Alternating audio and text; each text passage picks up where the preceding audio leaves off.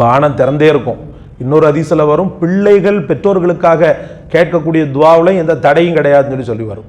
ஏன்னா தந்தைக்கு அல்லாஹ் கொடுக்கக்கூடிய பெரிய வெகுமதி, பெரிய ரெஸ்பெக்ட் என்னென்னா அவன் துவாவை கபூல் செய்கிறது. அதனால் பிள்ளைகளுக்காக நம்ம என்ன செய்யணும்?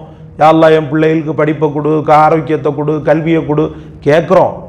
அவன் வாழ்க்கையை கொடு, மன வாழ்க்கையை கொடு, எல்லாம் கேட்குறோம். ஆனால் எதை கொடுன்னு நம்ம அதிகமாக கேட்கறதில்ல. அவனை சொர்க்கவாதியாக மாற்றுன்னு சொல்லி கேட்கறதில்ல. நம்ம அது ஆகிரத்துடைய விஷயத்தில் கொஞ்சம் பின்தங்கிய நிலை தான். அபூ ஹுரைரா ரலியல்லாஹு அவர்கள் அறிவிக்கிறார்கள், இறைத்தூதர் அவர்களே, நான் பயணம் செல்ல விரும்புகிறேன், எனக்கு உபதேசம் செய்யுங்கள் என்று ஒரு மனிதர் கேட்டார். இறையச்சத்தை நீ பேணிக் கொள்வீராக, அனைத்து உயரமான பகுதிகளில் ஏறும்போதும் தக்பீர் கூறுவீராக என்று நபி ஸல்லல்லாஹு அலைஹி வஸல்லம் அவர்கள் கூறினார்கள்.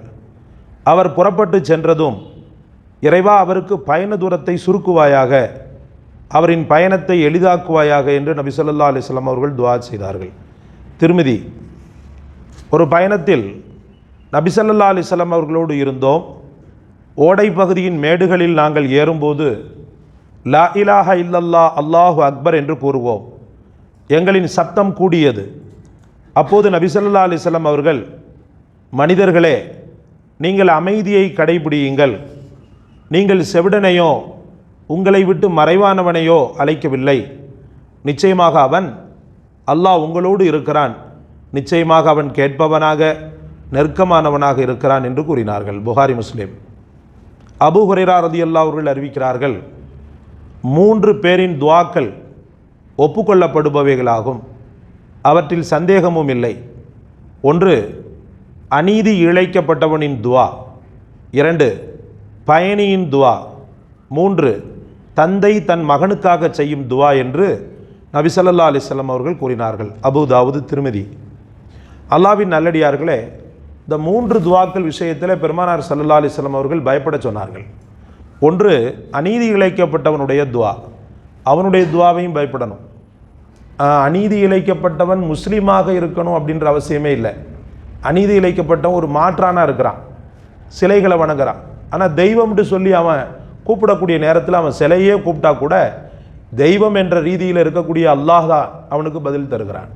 அதனால் இவன் எப்படிப்பட்ட ஆளாக இருந்தாலும் சரி, இவன் பல ஹஜ்ஜுகள் பண்ணவனாக இருக்கலாம், ஆனால் அநீதி இழைத்துட்டோன்னு சொன்னால் அவனுடைய ஹஜ்ஜோ அல்லது அவனுடைய இபாதத்துக்களோ அந்த கொடுமை சாபத்திலிருந்து காப்பாற்றாது.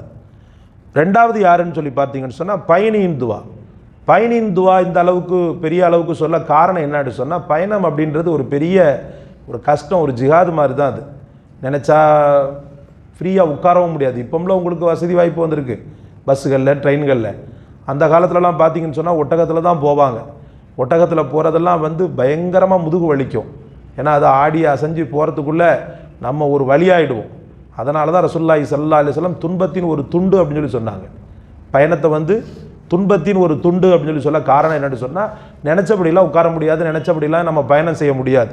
அப்போ அந்த அசௌகரியங்களுக்காக அல்லாஹு ரப்புல் ஆலமீன் என்ன செய்கிறான், அவன் மேலே இறக்கப்பட்டு அவன் என்ன துவா கேட்டாலும் அல்லாஹ் தஆலா நசீபாக்கிடுறான். சில நேரங்கள்லாம் நான்லாம் அந்த மாதிரியெல்லாம் மாட்டியிருக்கிறேன். ஒரு சில இடங்களுக்கு போய் தெரியாமல் அறியாமல், இப்போம்ல செல்ஃபோன் வந்திருக்குது, அப்போ யா அல்லாஹ் எனக்கு நீ உதவி பண்ணுன்னு சொல்லி கேட்டுட்டாலே எப்படியாவது ஒரு ரூபத்தில் வந்துடும். ஆச்சரியமாக இருக்கும், எப்படி வந்துச்சு நமக்கு அப்படின்னு சொல்லிட்டு. அந்த அளவுக்கு பயணியின் துவா ரொம்ப வேல்யூபிளாக இருக்குது. அதனால் நம்ம என்ன பண்ணணும்னா, ரொம்ப டெக்னிக்கலாக என்ன பண்ணணும், பயண துவான்னு சொல்லி பயணத்தில் கேட்கக்கூடிய துவாக்களில் எல்லாத்தையுமே கேட்டுறணும். பயணம் செய்யும்போது சும்மா உட்கார்ந்து இந்த பாட்டுக்கிட்ட போட்டு கேட்டுக்கிட்டு கிடக்காம என்ன செய்யணும்னு சொன்னால், அந்த நேரத்தில் நமக்கு என்னென்னலாம் இருக்குதோ அத்தனையும் அல்லாஹ்விடத்தில் சமர்ப்பணம் செஞ்சிடணும். ஏன்னா துவா ஒப்புக்கொள்ளப்படும் இருக்கிறாங்களே ரசூலுல்லாஹ். பயணம் அப்படின்றது பள்ளி போல் ஆகிடுது பாருங்கள். கடைசியில் பள்ளிவாசலில் உட்காந்து துவா செய்தா எப்படி துவா கபூல் ஆகுது, அதே போல் பயணத்தில் உட்காந்து துவா செய்யாதாலும் அவனுடைய துவாக்கள் கபூல் ஆகுது.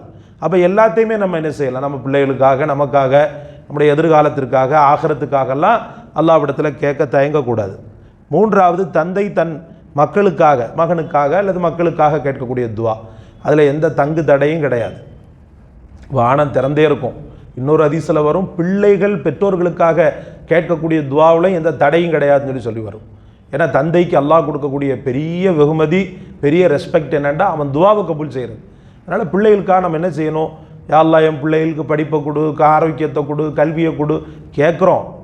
அவன் வாழ்க்கையை கொடு, மன வாழ்க்கையை கொடு, எல்லாம் கேட்குறோம்.